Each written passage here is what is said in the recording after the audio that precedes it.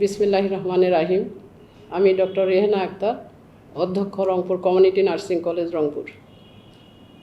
Rangpur community nursing college গণপ্রজাতন্ত্রী বাংলাদেশ সরকারের স্বাস্থ্য ও পরিবার কল্যাণ মন্ত্রণালয় এবং বাংলাদেশ নার্সিং ও মিডওয়াইফারি কাউন্সিলের অধিভুক্ত একটি সুনামধন্য নার্সিং কলেজ। কলেজটি রাজশাহী মেডিকেল ইউনিভার্সিটির অধিভুক্ত।